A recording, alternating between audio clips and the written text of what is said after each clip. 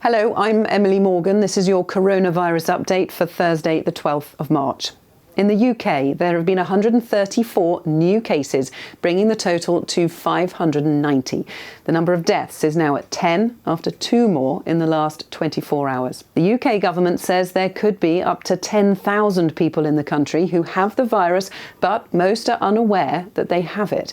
It comes as Boris Johnson said the UK is now entering the delay phase of dealing with the virus. That means from Friday, anyone with mild symptoms like a temperature or persistent cough must self-isolate at home for 7 days. But schools won't be closed, all mass gatherings cancelled. Meanwhile, Ireland's Prime Minister Leo Varadkar has announced all schools and colleges will be closed until the 29th of March, and indoor gatherings of more than 100 people or outdoor meetings of more than 500 will be cancelled. Scotland's First Minister Nicola Sturgeon also says gatherings of more than 500 will be cancelled.